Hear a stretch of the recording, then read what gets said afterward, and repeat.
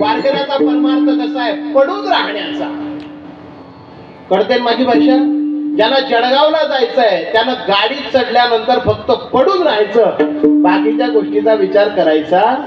तसं ज्याला परमार्थामध्ये आपलं साध्य गाठायचं आहे त्यानं संतांच्या चरणाजवळ पडून राहायचं, रिकामे उपद्व्याप करायचे नाही.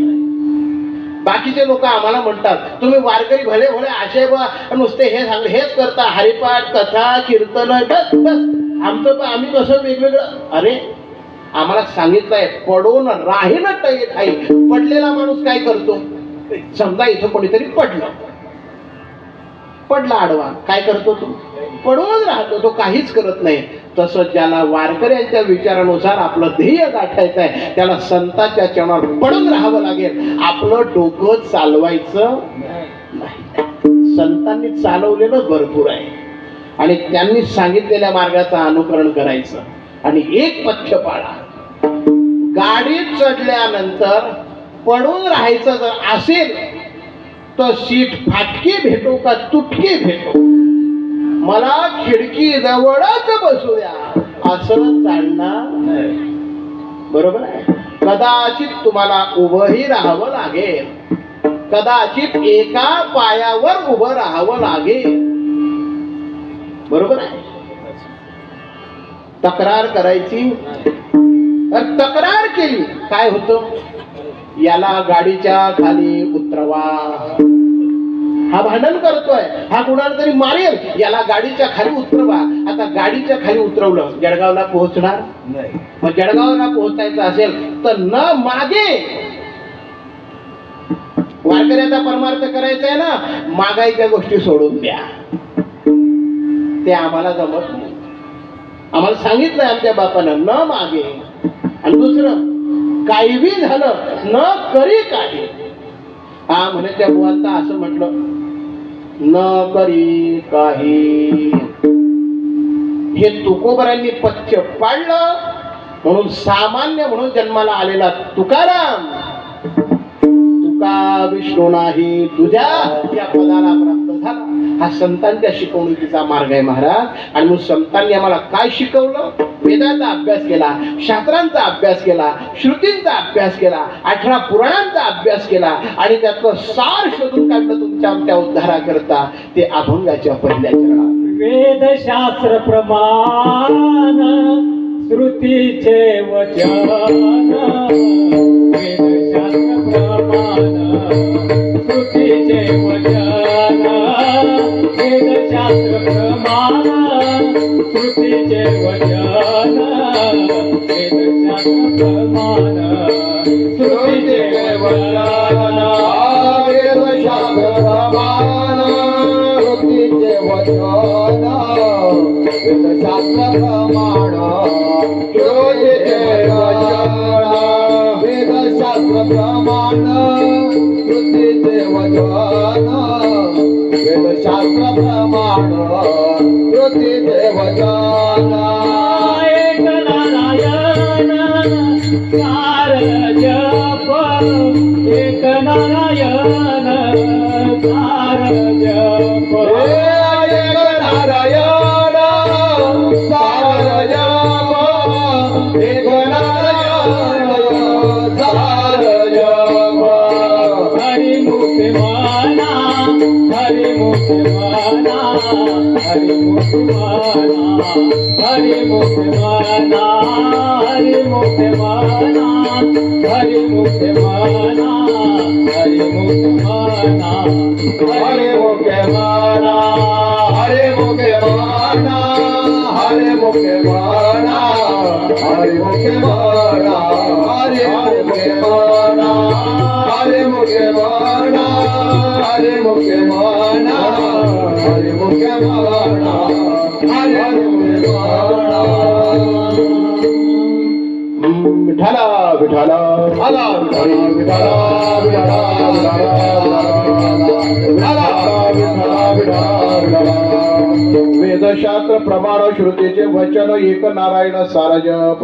महाराज सांगतात आम्हाला वेदाचा शास्त्राचा पुराणांचा अभ्यास करून एक सार गवसलं. कोणतं? एक नारायण सार जप. आता हे ज्ञानोबांनी सांगितल्यानंतर तुम्हा आम्हाला वेदाचा अभ्यास करायची गरज आहे का? माझा पहिला प्रश्न. याचं उत्तर आहे नाही. 18 पुराणांचा अभ्यास करायची गरज आहे का? माझं उत्तर आहे नाही. 6 शास्त्र कोणती आहे? न्याय, मीमांसा, व्याकरण, पतंजली वगैरे वगैरे यांचा अभ्यास करायची गरज आहे का? नाही. नियम आहे वारकऱ्याचा, पडोन राहीन तै. तरी सुद्धा आपण आपलं डोकं चालवतो आणि महाराजला विचारतो, महाराज 7 5 3 दशकांचा मेळा, यातले 7 काय 5 काय 3 काय, काय करायचंय आपल्याला? कळते का माझी भाषा? अमुक तत्व कसं, ढमुक तत्व गरजच नाही आपल्याला. काही उपाय नाही, काही फायदा नाही तुमचा त्या अभ्यास करून. 7 म्हणजे काय, 5 म्हणजे काय, 3 म्हणजे काय, याचा अभ्यास करून तुमचं कल्याण होणार. बरं जाऊ द्या, हे का बोलतोय मी? याची जर गरज असती तर माऊलींनी सांगून ठेवलाय 7 5 3 दशकाचा मेळा, आणि पुढे काय म्हणतात? एक तत्व कळा.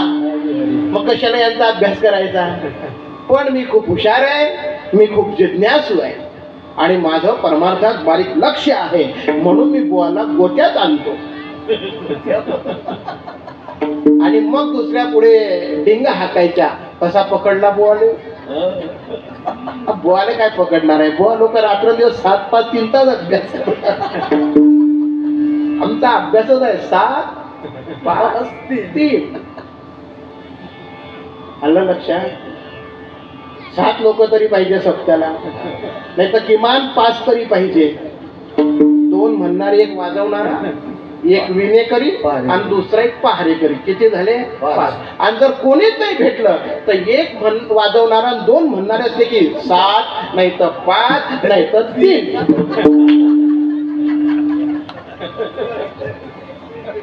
बरोबर आहे? मलाच माहिती नाही 7 काय आणि 5 काय. मला माऊली म्हणतात ना, अरे हे 7 5 3 एकत्र येऊन एकच सांगतात, एकतत्वी कळा दावी. या 7 5 3 एकत्र येऊन देवाच्याच नावाचा आग्रह धरला, मग मी कशाला 7 5 3 करू? हा, शक्य म्हणजे. म्हणून वेद काय, शास्त्र काय, श्रुती काय, काय माहिती नाही. नाव तरी माहित पाहिजे. अजिबात गरज नाही येत आम्हाला वेद काय, शास्त्र काय. आम्हाला एकच सांगितलं ज्ञानोबायानं, पडून राहिलं तरी ठाई, म्हणजे एक नारायण सार जप. आणि जर खोला जाऊन तुम्ही त्यांना विचारलं की महाराज, तर संतांनी ह्या गोष्टी आम्हाला सांगितल्या ना भागवतामध्ये, पुराणामध्ये सांगून ठेवलं की या सगळ्यांमध्ये तेच आहे. अरे नावाशिवाय कशाला धरता नाही? वासुदेव परायोगा. योग करायचा असेल तर तो नामाशिवाय नाही. वासुदेव परामखा. यज्ञ करायचा असेल तर तो नावाशिवाय नाही. वासुदेव परा वेदा. वेदाचं ज्ञानही नावाशिवाय नाही. एवढंच काय? वासुदेव परा क्रिया. जगातल्या सगळ्या पारमार्थिक क्रिया या नामचिंतना व्यतिरिक्त अधू आहे, अपूर्ण आहे. मग म्हटले महाराज, ज्या भागवताची कथा तुम्ही रात्रदिवस लोकांना सांगतात, भागवत कथा करा, भागवत कथा करा सांगतात, अहो त्या कथेमध्ये देवाचं नाव, अरे आहे बाबा, देवाचं नाव आहे, देवाचं चरित्र वर्णन आहे. वेदाचा जरी अभ्यास केला तरी भागवतामध्ये स्पष्ट शब्दामध्ये उल्लेख केलेला या सगळ्या गोष्टीचा. एवं जन्मानि कर्माणि ह्य कर्तुर जनस्य च वर्णयन्ति स्व कवयो वेद गृहाणि हृत्पते. या संपूर्ण सृष्टीची निर्मिती करणाऱ्या विधात्याच्या जन्म कर्माचा आणि त्याच्या कार्याचा गुप्त रूपाने वेदाने जणू काही अंगीकार केलाय, त्याचं वर्णन केलेलं आहे. हे आमच्या लोकांनी आम्हाला सांगितलेलं आहे. मग वेदामध्ये सुद्धा भगवंताच्याच अवतार कथा आहे, त्याच्याच नामाचा आग्रह आहे. किंबहुना तो वेदही हरिओम शब्दाने सुरू होतोय. त्याच्या आरंभी नाम आहे वेदाचे हे बीज हरी हरी अक्षरे. अजून काय पाहिजे? अजून डोकं चालवायचं का आपलं? अजिबात नाही. म्हणून त्यांनी सांगितलं नारायण नामाचा जप करा.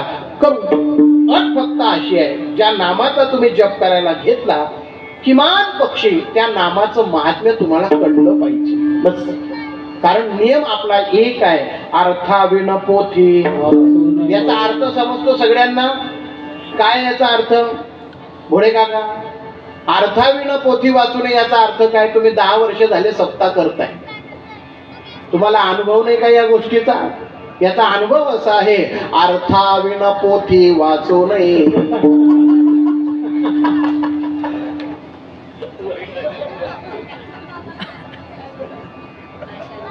10 वर्ष झाले तुम्ही सप्ताह करताय, तुम्हाला कळला नाही का अर्थ? अर्थ तोच आहे, अर्थाविन पोथी. भले सांगतील आपल्याला काही नको, तुम्ही करा तर खरी. आणि एकदा का घोडे रथाला झुकले की घोड्याला तर हरभऱ्याचा तोबरा लागतोच. मला सांगा, बिना हरभऱ्याच्या तोबऱ्याशिवाय घोडा धावेल का? मग असे सांगणारे खूप आहे. तुम्ही करा तर खरी काही? अजिबात नाही. अर्थाविन पोथी वाचू नये याचा अर्थ असा नाही की अर्थाविन पोथी असा नका अर्थ सांगू कोणाला. कोणी सांगलं तर म्हणे त्या शेडगावच्या बुवानं सांगलं, असंही नका. विनोदाचा भाग सोडा. अर्थात जी वाचतंय, जी साधना करताय त्याचा अर्थ कळला पाहिजे. मग नारायण शब्दाचा अर्थ बराच आहे, आपल्याला तो बाकीचा काही घ्यायचा द्यायचा नाही. सर्वोत्कृष्ट अर्थ शेवट त्याच्याने केलेला आहे, नारायणम आयनम यस्मात् तस्मात् नारायण स्मृतः. जेव्हा संपूर्ण सृष्टीमध्ये महाप्रलय होईल तेव्हा सर्व जीवांचा एक एक प्रतिनिधी स्वरूपातला समूह तयार होतो आणि तो ज्याच्या हृदयामध्ये वास्तव्य करतो अशा विराट पुरुषाला, भागवताच्या आरंभी त्याचं वर्णन आहे, अशा विराट पुरुषाला काय म्हटलंय? नारायण. आणि भक्त प्रल्हादानं त्याच नामाचा आधार घेतला, श्रीमन्नारायण नारायण नारायण श्रीमन्नारायण नारायण नारायण. टाळीमध्ये नारायण नारायण श्रीमन्नारायण नारायण नारायण. बोला नारायण नारायण नारायण श्रीमन्नारायण नारायण नारायण श्रीमन्नारायण नारायण नारायण श्रीमन्नारायण नारायण नारायण श्रीमन्नारायण नारायण नारायण श्रीमन्नारायण नारायण नारायण श्रीमन्नारायण नारायण नारायण नारायण नारायण नारायण नारायण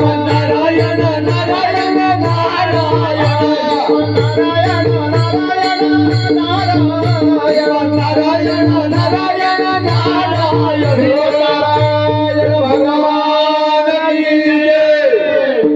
त्या नारायण नामाचं महात्म्य आहे. 11 वेळा अत्यंत निर्घृण प्रकारे त्या भक्त प्रल्हादाला मारण्याचा प्रयत्न केला. कुणाला? प्रल्हादाला. कोणी? स्वतःच्या बापानं. पण 11 वेळा त्या निर्घृण अमानुष प्रकारातून त्या प्रल्हादाला बाहेर काढणारा कोण होता? श्रीमन्नारायण नारायण नारायण. म्हणून माऊली सांगतात, इतर कोणत्या नामाचा आधार घेण्यापेक्षा ज्याला वेदशास्त्र श्रुती प्राण सगळ्यात प्रमाण आहे, एक नारायण सार जप. सार आहे ते. आलं का लक्षात? पोतड्याच्या पोतड्या गहू आणले, सगळे निवडायचे, गाळायचे. कशा करता? फलकट ते फेकून द्यायचं आणि सारयुक्त गोष्टी घरामध्ये भरून ठेवायच्या. तसं परमार्थातलं सार आहे महाराज. हे कितीतरी साधन आहे, पण सगळ्या साधनांचं सार. सर्व साधनाचे सार, सर्व साधनाचे सार,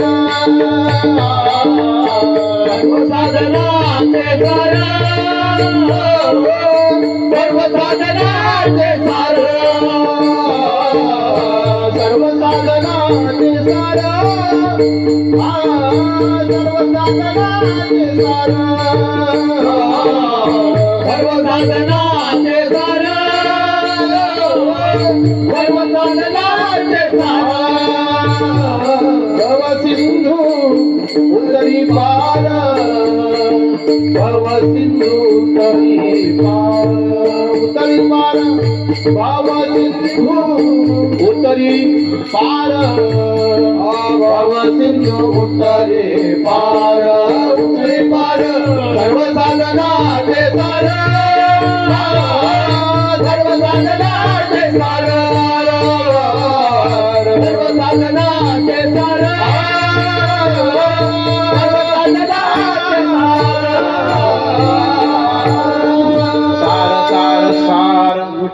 विठोबा नाम तुझे म्हणून जपत आहे शुळपाणी निरंतर. आलं का लक्षात? ज्याच्या डोक्यावर रात्र दिवस घागरीच्या घागरी पाणी ओतायला जातो, अरे तो पाण्यानं थोडी खुश होतो. अभ्यास तर करा, तो काय करतोय? वारकरी संप्रदाय जगाला अभ्यासाला लावतो महाराज. निरीक्षण वाढवा तुमचं.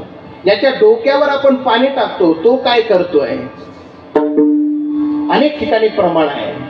हरी हरी हरी हा मंत्र शिवाचा म्हणती देवाच्या मोक्ष भजन करी. पण ज्याच्या डोक्यावर पाणी टाकतोय तो हरी म्हणतोय, ज्याच्या डोक्यावर पाणी टाकतोय तो विठोबा म्हणतोय, ज्याच्या डोक्यावर पाणी टाकतोय तो रामाचं भजन करतोय. आणि आम्ही पाणी टाकण्यात धन्यता मानतोय. चुकलं की नाही आपलं? चुकलं आपलं. संतांनी या गोष्टीवर बोट ठेवलं. बरं टाकायचंच आहे म्हटले पाणी, मग घागरीच्या घागरी टाकायची गरज नाही. एक पसा पाणी, एक बिल्वदड, एक पसभर पाणी आणि एक बेलाचं पान, ते आपल्या दारचं.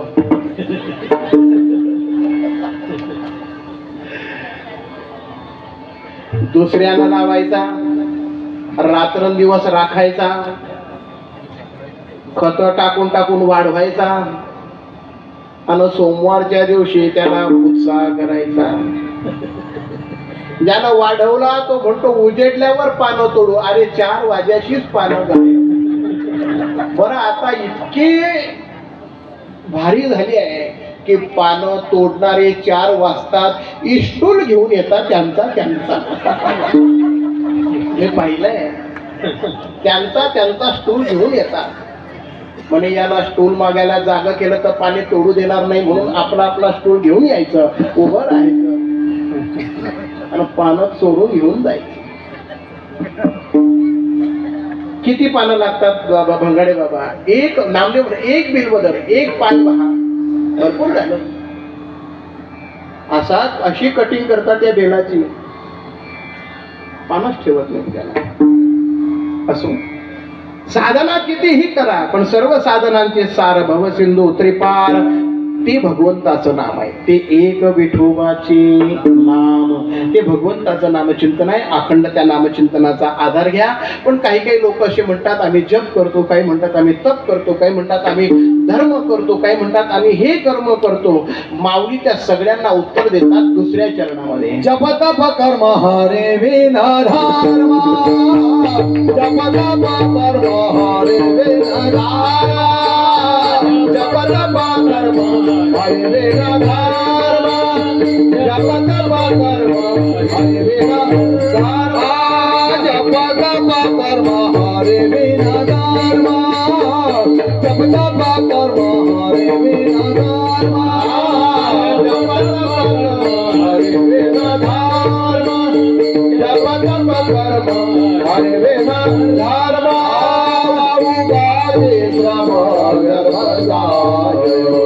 वाऊ गाजी श्रम व्यर्थ जाय, वाऊ गाजी श्रम व्यर्थ जाय, हरिमुखे म्हणा, हरिमुखे म्हणा, हरिमुखे म्हणा, हरिमुखे म्हणा. वाऊ गाजी श्रम व्यर्थ जाय, वाऊ गाजी श्रम व्यर्थ जाय, वाऊ गाजी श्रम व्यर्थ जाय, हरिमुखे म्हणा, हरिमुखे म्हणा, हरिमुखे म्हणा, हरिमुखे म्हणा. जप तप कर्म हरे विना धर्म. वारकऱ्यांना जपाची गरज नाही.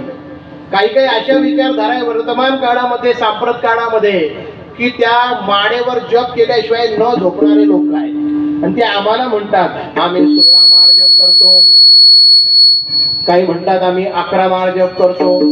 आम्हाला विचारतात बुवा तुम्ही किती माळ जप करता? म्हटलं आम्ही मोजत नाही. अरे काय मोजलं पाहिजे? पैसे मोजावे. जेवायला बसल्यावर किती पोळ्या खातायत फुकटाच्या त्या मोजाव्या. भाऊ बनकीचं खाताय ते मोजावं. मोजायच्या गोष्टी ह्या आहे गणिताच्या भाषेतल्या. हा किती नाव घेतलं हे मोजावं का? आमच्या वारकऱ्यामध्ये म्हटलंय नित्य सत्यामित. नित्य करा, सत्य भावनेने करा, अमर्याद करा, मोजू नका. हे मोजणारे अडकले. ते जर दिवसभर नाही मोजून जप केला तर ते रात्री 11:30 होता भूतासारखे जप करतात. आणि 11:30 तर वारकऱ्याची अर्धी रात्र राहते. आपल्याला असा त्रास द्यायला सांगितला नाही शरीराला. वारकऱ्यांचा परमार्थ असा आहे, तिन्ही चारी बाजूला कूलर आहे,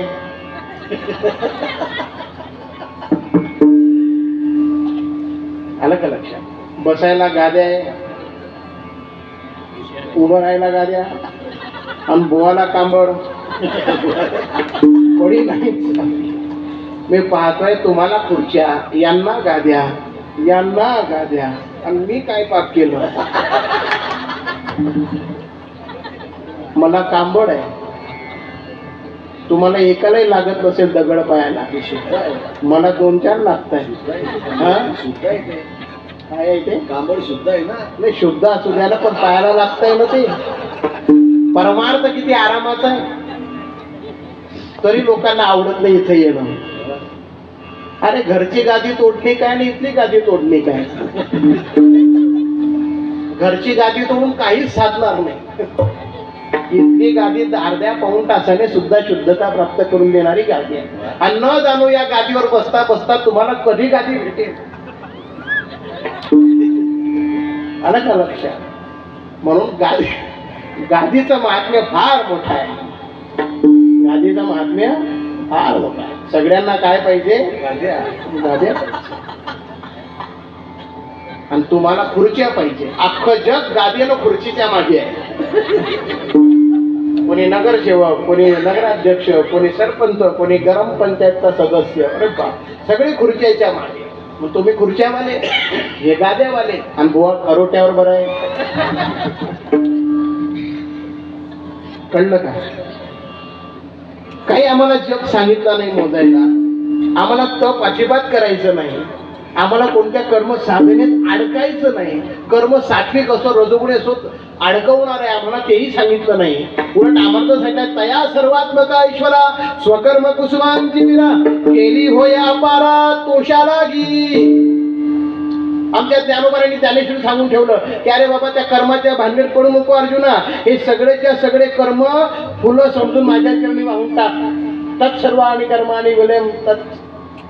हे सगळेच्या सगळे कर्म माझ्या ठिकाणी विलय कर त्याचा, म्हणजे तुला त्रास देणार नाही. ते कर्माच्या भानगडीत पडू नका. भगवंताच्या भक्तीविना केलेला धर्मही कामाचा नाही.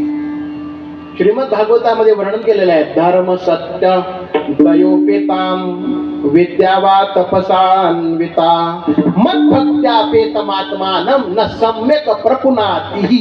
या शब्दाचा अर्थ असा आहे महाराज, श्लोकाचा अर्थ की कलियुगामध्ये धर्मानं प्रेरित जीवन जगणारा, सत्यानं जीवन जगणारा, दयेनं परिपूर्ण जीवन जगणारा आणि तपाच्या बळावर विद्या प्राप्त करून घेणारा जर मद्भक्त्या पेतमात्मानं जर माझी भक्ती करत नसेल तर न सम्यक प्रपुनातिहि, तर त्याला पवित्र समजू नको. कळलं? लोक म्हणतात महाराज आम्ही धर्मानं वागतो. काही काही तर बायका हेही सांगतात आमचे हे ना असे सत्यवादी आहे.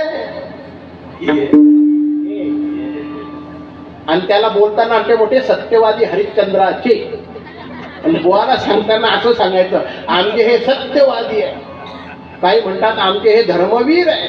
काही म्हणतात आमच्या यांचं तर अंतर्गत एवढं दयापूर्ण आहे काय सांगू. आणि काही काही तर हेही सांगतात, हो आमच्या ह्यांनी फार मोठं तप करून असं ज्ञान प्राप्त केलंय. मग मी तिला एकच प्रश्न विचारतो, तो धर्मक आहे, धर्म पाळतो, तो सत्याच्या वाटेनं चालतो, तो दयावान आहे, अरे बाबा तो विद्यावान आहे, ज्ञानवान आहे, परंतु तो देवाचं भजन करतो का? देवाची कथा श्रद्धेनं ऐकतो का? कधी कीर्तनाला जातो का? कधी एखाद्या पंढरपूरला ज्ञानोबाऱ्यांच्या आळंदीला तुकोबाच्या देऊला कधी गेला का? आणि नाही इथं जाणं होतं निदान मुक्ताईच्या दर्शनाला कधी जातो का? म्हटले आमच्या ह्यांना या गोष्टी पटत नाही. म्हटलं मग तुमचे ते काहीच कामाचे नाही. नियम आहे, मी नाही बोलत. तो धर्म हा श्लोक सांगावा लागतो की धर्म सत्य दयोपेताम विद्या वा तपसान्विता मद्भक्त्यापेतम आत्मानम न सम्यक प्रपुनातीही.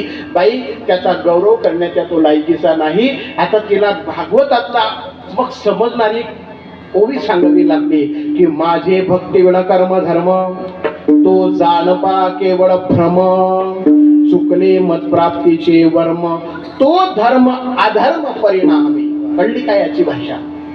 माझ्या भक्तीविण जो काही कर्म धर्म आहे ना हा केवळ भ्रम आहे, भ्रम. आमचे हे नुसते पंक्तीच्या पंक्ती देतात आणि कीर्तनाला येत नाही. काय करायचं रिकामा पंक्ती देऊन देते, खाऊन लोक शेणच करणार.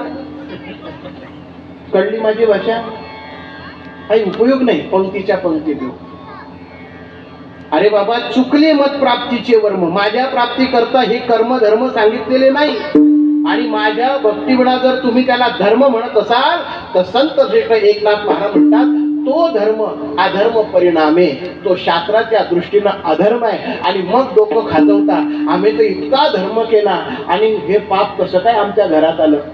आलं म्हणजे तुम्ही धर्म केलाच नाही. अरे कलियुगामध्ये एकच धर्म आहे, तो केवळ आणि केवळ भगवंताची नामभक्ती. बाकीच्या गोष्टी करू नका, काही करायचं नाही, काही त्या भानगडीत पडायचं.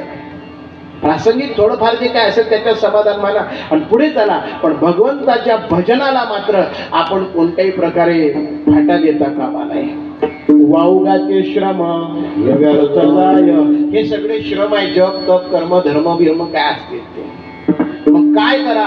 ज्ञानोबा सांगतात बाबा रे तू भगवंताच्या नामाचा पाठ कर, कारण कलियुगामध्ये तेच निश्चिंतपणाचं साधन आहे. अभंगाचं तिसरं चरण. हरी पाठ गेले ते निवांताची ठेले. हरी पाठ गेले ते निवांताची ठेले. हरी पाठ गेले ते निवांताची ठेले. हरी पाठ गेले ते निवांताची ठेले. हरी पाठ गेले ते निवांताची ठेले. हरी पाठ गेले ते निवांताची ठेले. हरी पाठ गेले ते निवांताची ठेले. हरी पाठ गेले ते निवांताची ठेले. हरी पाठ गेले निवांताची ठेले. हरी पाठ